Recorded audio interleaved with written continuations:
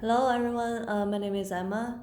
Today we will discuss the King County Behavioral Health Legislative Forum, a community conversation about mental health and substance use recovery, which was held on Seattle Center's Exhibition Hall on November 18th, 2019. We will have two panelists who attended this event to discuss this forum and what this means for the King County community and Washington State as a whole. So now the panelists will now introduce themselves. Hello, everyone. Thank you for having me. My name is Aisha. I am a third-year student at the University of Washington, Bothell. I am a health studies major as well as double minoring in global health and health education and promotion. It is a pleasure being here. Hi, my name is Jane, and I am a senior at UW Bothell, and I major in health studies and biology, and I minor in global health and hoping to pursue in medicine. And thank you for having me here, and it's a pleasure to being here to be able to discuss about this topic. Thank you for having you all here today. We will go ahead and ask some questions. So first of all, how did it go?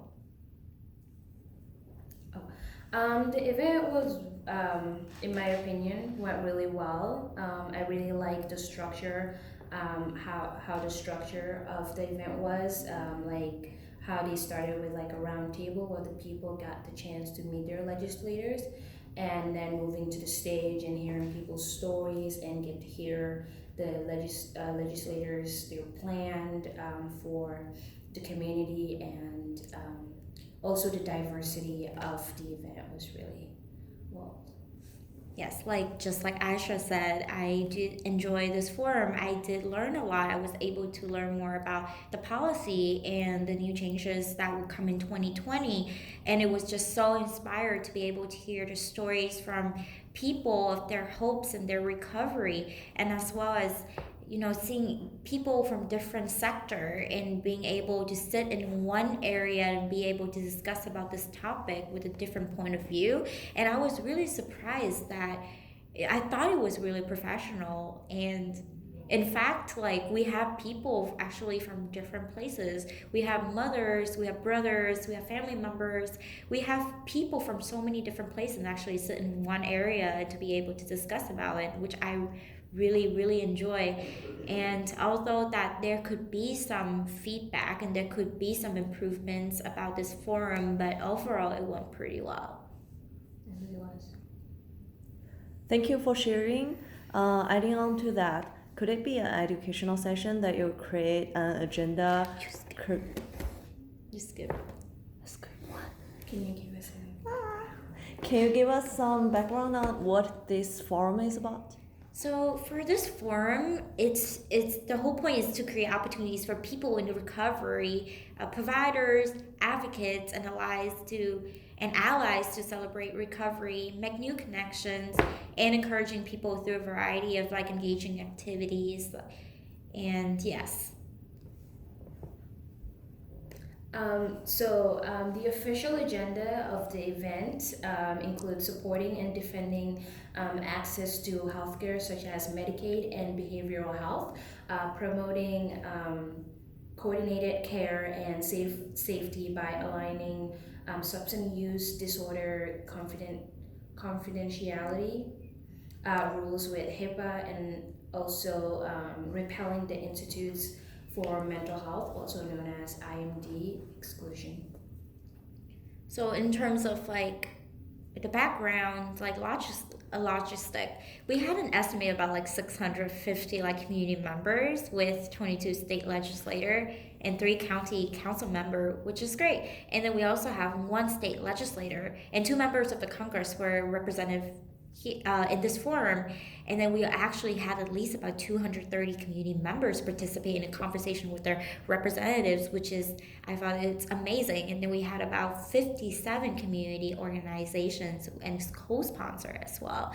And in terms of federal priorities as they were addressing during the forum, is that they had 3 priorities in 2020, which is support and defend access to healthcare, including behavioral health and treatment, and Medicaid to coordinate them together. And the second one is to promote coordinate care and safety by aligning substance use disorder confidentiality rules with HIPAA.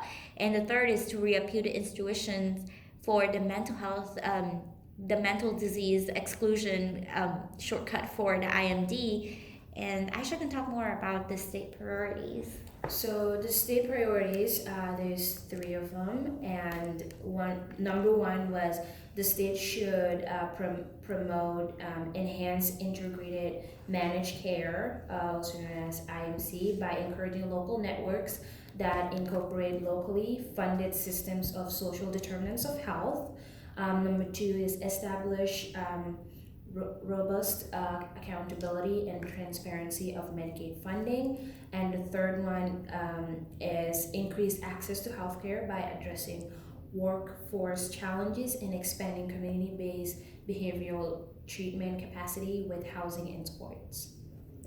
Thank you for sharing. Adding on to that, could it be an educational session that you would create an agenda curriculum for? Could it be a policy proposal? In my opinion, yes. It could be an opportunity agenda curriculum because I believe it is really important to educate the community about mental health, especially since it's a very huge issue currently, and people should know more about it since these policies are being pushed to help the people in the community, so they should have a voice in what they want and what will work for them, and not just the legislators coming together to push a policy that people don't have no say in, because then what's the point? Yes, and I totally agree with Aisha is that we already have policy proposal in right now. However, why is it important that we have a agenda, like an educational session to create an agenda curriculum for it? Is because only when we're able to address these issues, we're able to see the current issues, then we'll be able to make changes. And I think these are really important, especially for universities, clinics, and communities. Like, it's important that we address these issues, educating why is mental health and behavioral health are really important, and what are some challenges that we're facing and what we could be done, and what are some gaps in the policy that's missing that we could address in the future. So yes, I really think it's a good opportunity. Then can you talk about what are some gaps? Who is being most affected by this and what is the cost? Some of the gaps we notice includes lack of diversity within the legislation itself, as well as not addressing the disparities and the wider social structure issues that have been currently occurring. Currently occurring. And in terms of who, let me answer you the question is who is being most affected by this? Well, it's yes, everybody have the potential of being affected by this, like, substance abuse. Like, everybody is at risk for it. However, we should consider that people who experience way many different forms of disparities based on their social location, such as age, sex, gender, race, ethnicity, etc., which could limit to their access to resources, and it could affect them in so many ways, and they could be the most affected by like this topic, and we should consider that.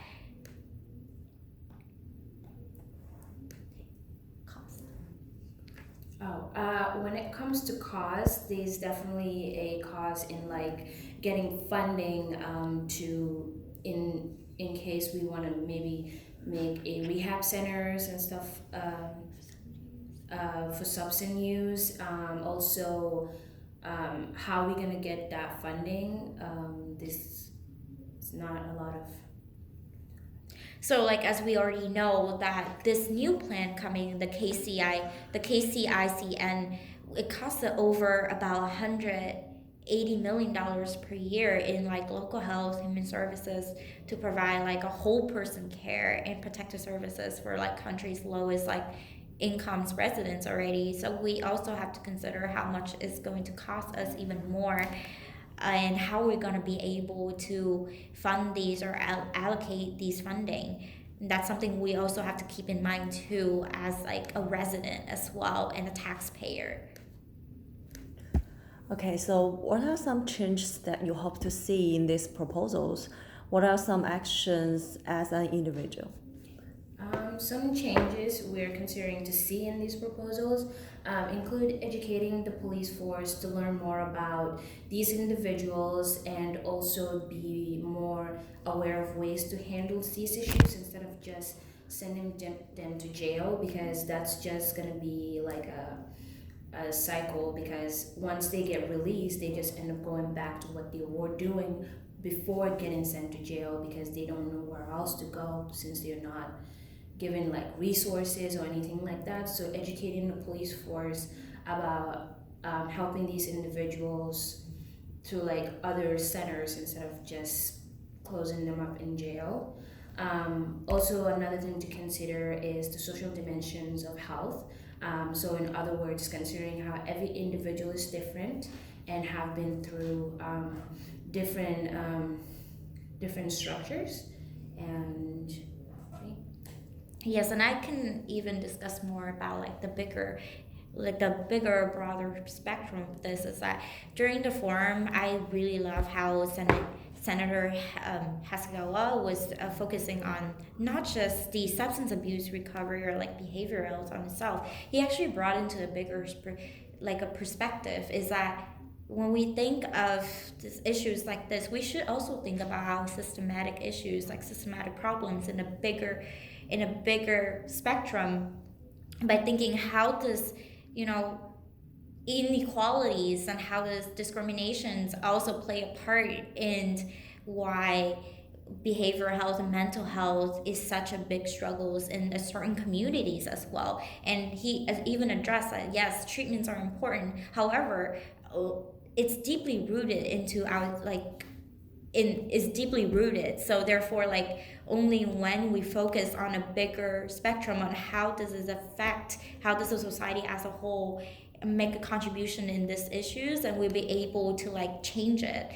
Because it's really important, like I said earlier, about intersectionality and diversity is really important, because those who are being most affected by this are often those who face many forms of disparities that, legislators probably don't understand, because we also have a lack of diversity as well. And so as an individual, some of the actions I can take includes attending more events like these, volunteering in community support groups, as well as researching about the candidates before voting for them to learn more about their intentions and like what their plans are for the future, and like, do they even care about the community? Are they thinking about the people, not just like one race, but like multiple race within the community, and just want to know more about them before voting. Okay. Yes. So, and then also, we also have to understand that we are taxpayers as well. So it's really important. You might think that it's not that really important. Why do I have to care? It doesn't affect me. And for some of those who think that it might not affect them or their family members, should think about, like, yes, you're a taxpayer. Your money goes into Medicaids, and your money goes into these funding. And so you have to understand that it plays a big role in the intention versus impact. So where can your money go, and how are you going to be able to make a difference even if you're not being affected by this? And for me as a college student, and we understand that as a college student we have more privilege and opportunity to have a voice. Therefore, we can use this opportunity to promote education regarding to substance use and behavioral health, mental health, and potentially advocating for other communities and connecting with more professionals to make social changes, which I believe is really important. okay, so anything else that we haven't covered today? Well, as we already mentioned, that voting is really important. So the election is coming up. So I think it's really important as a citizen, you should contribute in, start voting, making your voice heard, advocating for people around you. And yes, We're also we're hoping to see this topic be more covered on social media and community platforms, or even at universities and clinics. Refer people you know being affected by this issue to get help, or yourself to resources like CMAR, ACRS, and ICHS. And lastly, keep yourself updated for upcoming events surrounding mental health and substance abuse recovery, because events like these are really life changing and like can really bring the community together. yes, and the most importantly is to reduce the stigma Yes. around this, the stigma around substance abuse, and a lot of time people are being affected by it, not just by their choices. And I think it's important that only when we reduce the the stigma, the people are able to seek out the resources that they need and to get better. And we're not just focusing on treatments. Like, this whole forum is to focus on recovery, that there is hope and there's recovery, and we should make changes, and it's important. Really is. Great. Thank you for being here today. Thank you. Thank you for having And I hope us. that you find this useful.